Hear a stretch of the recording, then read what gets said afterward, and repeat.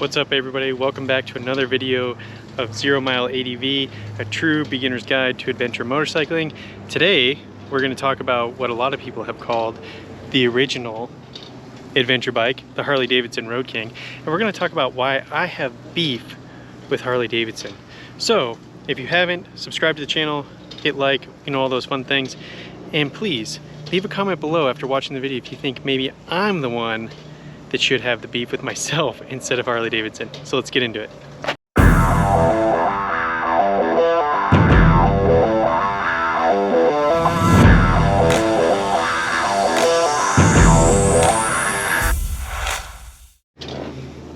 Alright guys, so let's get into it. Why do I have beef with Harley Davidson?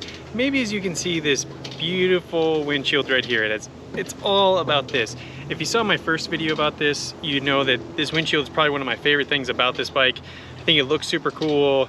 I like the venting thing. Some people say the vent actually, on a side note, is not about venting air to you, but actually cutting down on the buffeting. So interesting. I've been playing with that to see if it really makes a difference. Or I do definitely feel it thrusting more air straight on me when I turn it all the way straight. Anyways, that's a point for another video. So why do I have beef with Harley Davidson about this windshield? So I'll put a little video up now, and as you can see, the whole venting piece started cracking and kind of went to heck in a handbasket real quickly.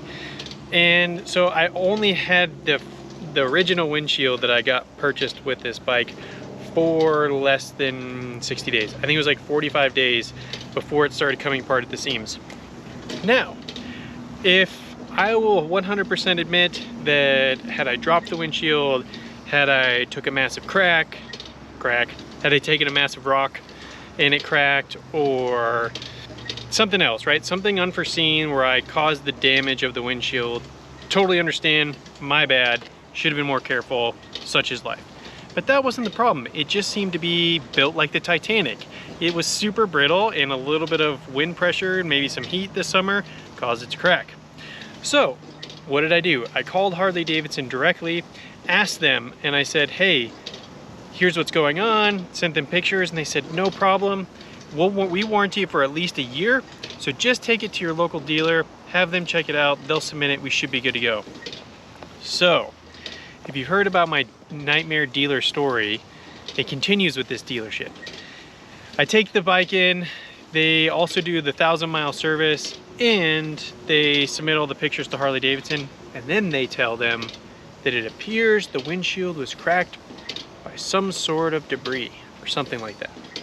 Well, that's not the case. And as you can see, I still have even all the little pieces except for one small piece. I'm not sure where that piece went, but I have all the other pieces because it started kind of crumbling in my garage.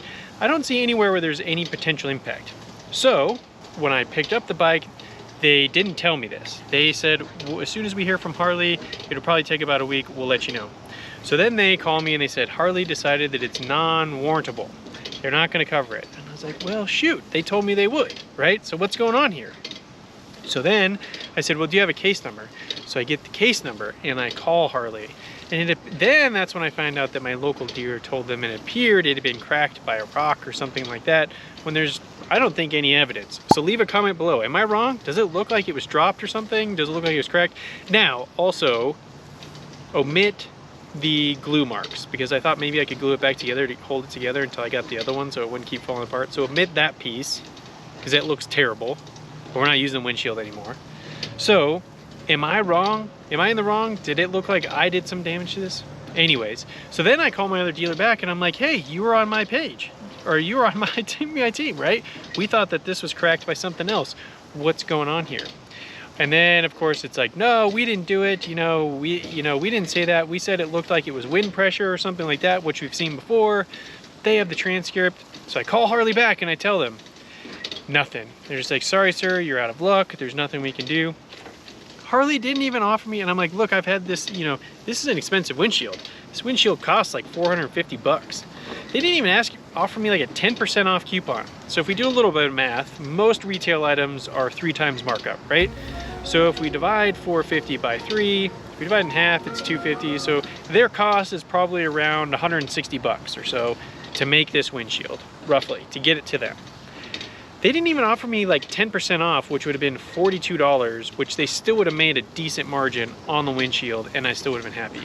But here's the thing, I ended up winning anyways because I tried finding another windshield that I liked the looks of and that also functioned, and I couldn't find one. I honestly think this is the best looking windshield you can get for the Road King. So Harley not only gave me the shaft, I got a bad part that was built like the Titanic. They refused to warranty it, didn't even give me a discount, but I paid full price for a second one. So that's my beef, Harley. Your stuff is expensive, and if it breaks, you should stand by it, and you don't. And so that's why I got beef. All right, so that's it for today. Leave a comment below. Am I the one? Should Harley have beef with me for being wrong? Am I wrong in this scenario? Leave a comment below. Let me know what you think. And until next time, stay safe out there.